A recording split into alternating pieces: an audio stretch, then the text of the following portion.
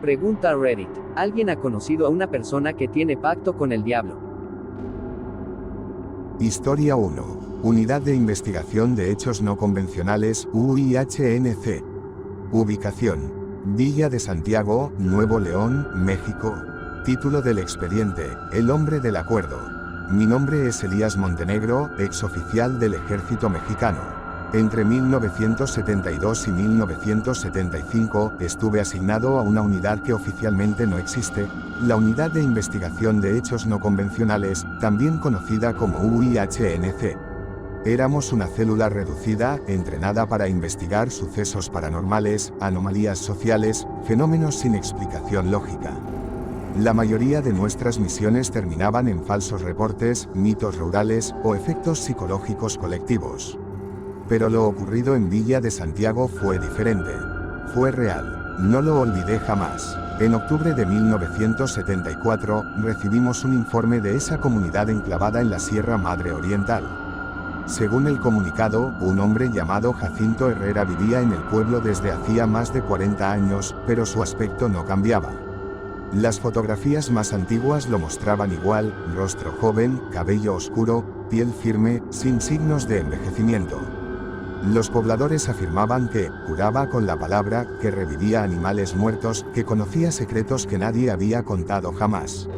Su sola presencia alteraba el comportamiento del entorno, los animales se inquietaban, las temperaturas bajaban drásticamente al caer el sol, los relojes se desajustaban. Nadie lo había visto rezar, pero citaba las escrituras con exactitud bíblica. Dormía poco, nunca enfermaba, y jamás lo habían visto comer en público. Las autoridades locales no querían intervenir. Por eso nos enviaron a nosotros. Viajamos encubiertos como parte de una brigada médica rural. Éramos 6 elementos. Desde el primer momento que pusimos pie en el pueblo, supimos que algo no estaba bien. No por lo que se veía, sino por lo que se sentía. El aire era más denso, los colores del entorno parecían apagados, y había un silencio espeso, como si el pueblo respirara con nosotros. Jacinto apareció antes de que preguntáramos por él. Caminó hacia nosotros como si supiera a quién veníamos a ver. Me miró directamente y dijo: «Capitán Montenegro, qué gusto conocerlo al fin. ¿Cómo está su hijo?». Aquello me heló la sangre. En ese momento, yo no tenía hijos. Pensé que era un error, una técnica para intimidar. 3 semanas después, mi esposa me reveló que estaba embarazada. 5 meses más tarde, nació nuestro hijo con una condición cardíaca congénita que hasta hoy sigue siendo un misterio para la medicina. Durante la entrevista, Jacinto fue cordial. Nos ofreció café, se sentó a la sombra de un mezquite, y respondió todo con una voz grave y cálida. Tenía modales elegantes, casi antiguos. Al preguntarle por su edad, sonrió. Tengo la edad suficiente para saber que no debo responder preguntas de militares. Mi compañero, el sargento Ríos, trató de ridiculizarlo. ¿Y qué?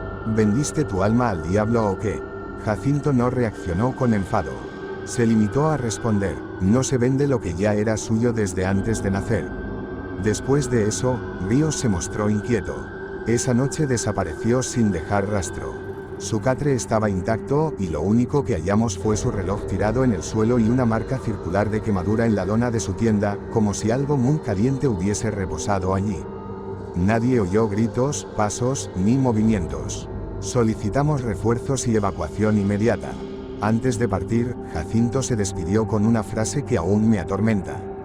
Nos volveremos a ver, algunos de ustedes lo sabrán, justo antes del final. Durante años traté de olvidar el caso. La UIHNC se disolvió silenciosamente en 1982 y sus documentos se ocultaron en bóvedas sin etiquetas. Sin embargo, en 1987, una serie de reportes de Oaxaca hablaron de un curandero eterno que cumplía deseos y pactos a cambio de recuerdos o capacidades humanas.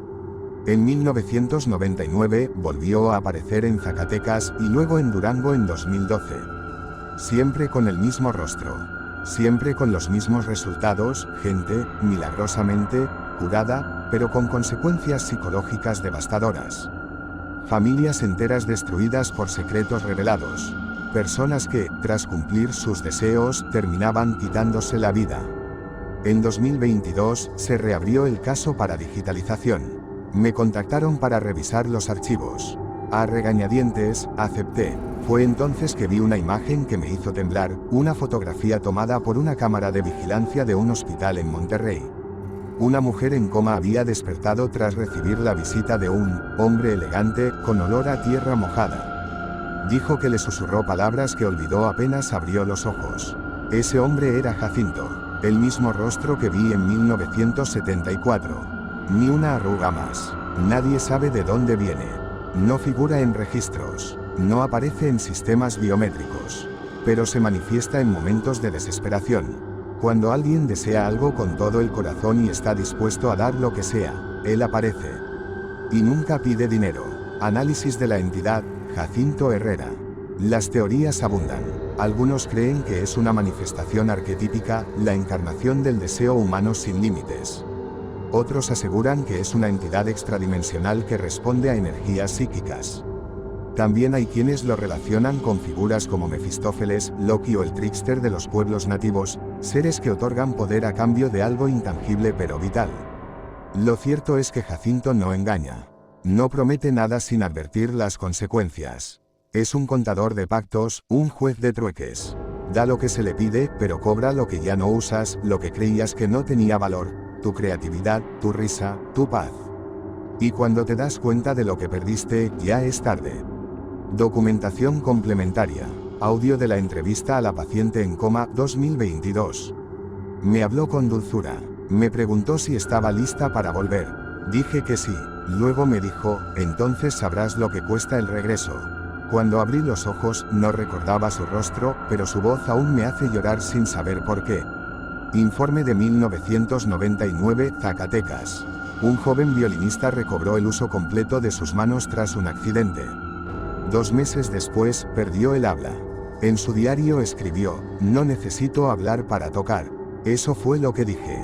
Y él cumplió. Caso de 1987, Oaxaca. Una mujer infértil dio a luz gemelos tras visitar a un hombre que olía a rayo y tabaco. A los 5 años, los niños dejaron de hablar, caminar y reconocieron solo a una voz, la de él, cuando lo veían en sueños. Historia 2. Yo conocí a alguien que tenía un pacto con el diablo.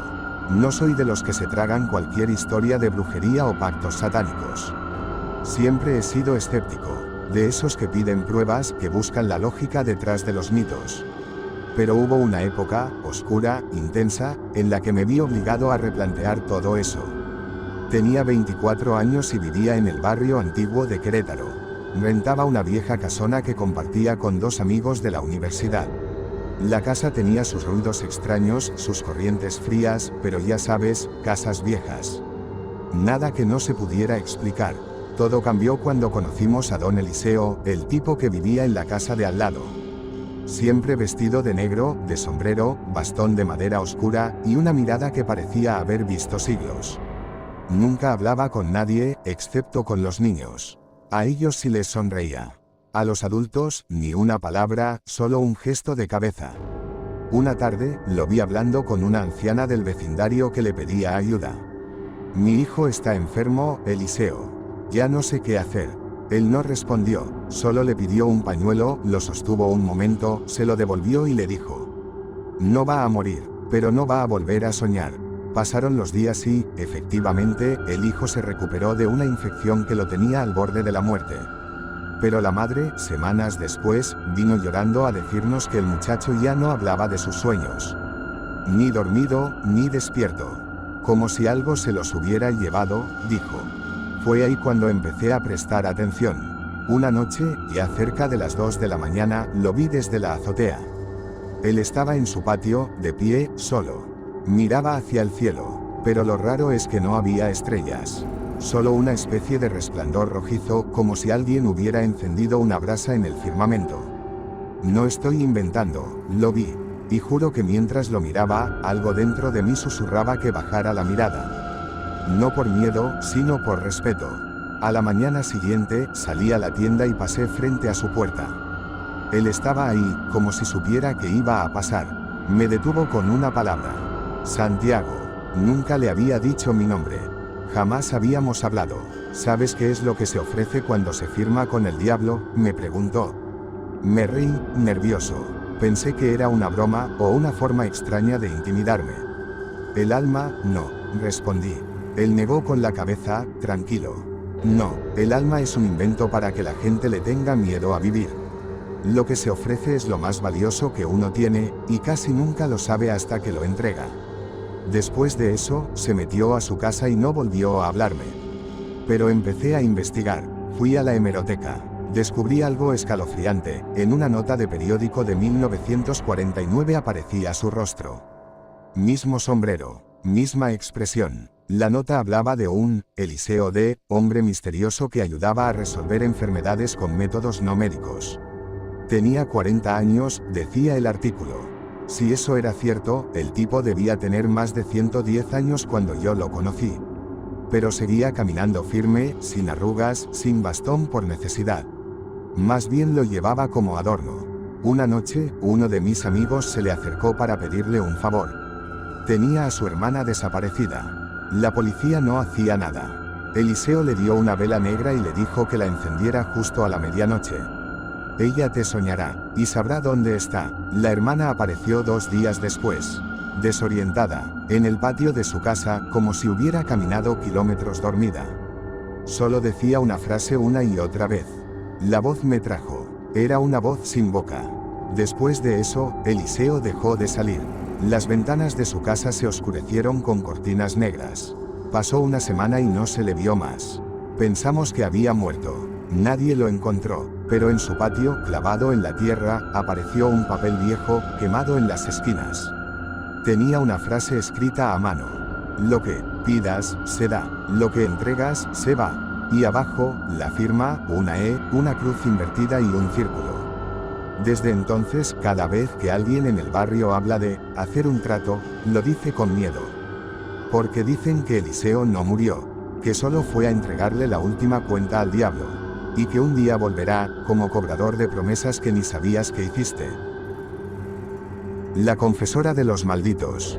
Yo no buscaba el horror.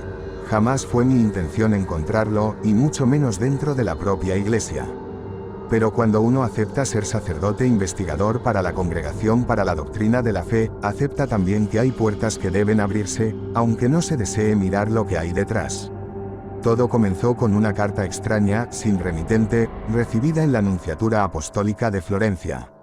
Un sobre de papel antiguo, sellado con cera negra. En su interior, una sola línea. Hay una hermana entre nosotras que no reza, no duerme, no envejece, dice que escucha las voces del infierno, y que ellas también se confiesan. Nadie firmaba, nadie reclamaba, pero el tono era demasiado directo como para ignorarlo. Me enviaron a investigar, como lo habían hecho otras veces. El destino era un convento de clausura perdido en las colinas de Siena, el convento de Santa Lucía del Silencio. Un lugar que, hasta entonces, jamás había figurado en los archivos de casos paranormales.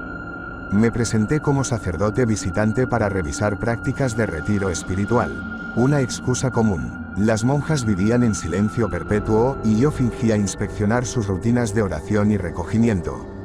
Pero desde que crucé el umbral del convento, supe que allí ocurría algo más profundo. No era el frío del mármol, ni el olor antiguo a humedad. Era una presencia, como si el aire respirara a través de alguien más. La Madre Superiora me recibió sin rodeos. Tenía el rostro pálido y las manos siempre juntas. Me miró a los ojos solo una vez, y me dijo en voz baja. Ya sabe a quién vino a ver. Pero escuche esto, no se le acerque después de la oración nocturna. Y si la oye hablar, no le conteste. No le pregunté a quién se refería. Sabía que no lo haría falta. La vi esa misma tarde, sentada sola en el claustro, con los ojos cerrados, como si escuchara algo lejano que nadie más podía oír. Se llamaba Hermana Inés de los Dolores, y según los registros del convento, había ingresado en 1923. Hice el cálculo mental. Si era cierto, debía tener más de 90 años. Pero lo que vi fue una mujer joven, no mayor de 30. Su piel era tersa, su voz firme, su espalda recta. Y sus ojos, negros. Tan oscuros que no reflejaban la luz, como si absorbieran lo que miraban. Me acerqué con cuidado. Le ofrecí la paz del Señor. Ella inclinó la cabeza, sin sonrisa. Le pregunté cuál era su tarea en el convento. Soy confesionaria. me dijo. Punto. Pero no de las hermanas. De los que ya no son escuchados allá arriba. No entendí de inmediato. Pensé que hablaba en metáforas, como muchas religiosas lo hacen. Hasta que la escuché por primera vez. Era la tercera noche. Pasaban las 2 de la madrugada. Me despertó una sensación extraña, como un susurro pegado al oído. Salí de mi celda, atraído por un murmullo que provenía de la capilla vieja, la que ya no se usaba. Caminé descalzo, en la oscuridad. Desde fuera, la escuché hablar. Con calma, con un tono casi maternal. Habla, alma rota. Dime lo que hiciste. No había nadie más con ella. Eso lo sabía. Pero dentro, alguien respondía. Arrojaste al niño al pozo. Y luego mentiste al obispo. Sí, el precio fue justo. ¿Quieres que te lo recuerde? Silencio. El trato sigue vigente. ¿Vienes a arrepentirte, o a renovar? Y entonces la voz cambió. Ya no era la de Inés. Era otra. Salía de ella, sí, pero no desde su boca. Era más profunda, casi masculina, casi muerta. Renuevo. Dame un año más con mi hija. Luego puedes llevarme. Me paralicé. Algo dentro de mí, mi formación, mi fe, mi lógica, todo me decía que lo que presenciaba era imposible. Me retiré en silencio, sin atreverme a interrumpir. A la mañana siguiente, ella me miró desde su celda. No dijo nada, pero sonrió, no con ternura, con conocimiento. No sé, alarme, padre, no son posesos, son pecadores, solo que, ya están muertos. Empecé a investigar. En el archivo del convento encontré un libro. Era viejo, cubierto de cuero humano, no lo supe de inmediato, pero lo intuí. No tenía título, solo páginas con nombres, fechas y confesiones escritas a mano, firmadas con sangre seca. Algunas databan del siglo XIII, otras eran recientes. Las letras cambiaban, pero la caligrafía era la misma. Como si, a través de los siglos, una única mano las hubiera escrito todas. Y siempre aparecía el mismo nombre en la esquina inferior. Confesado ante la hermana Inés. Confesado ante la hermana Magdalena. Confesado ante Clara de los Lamentos.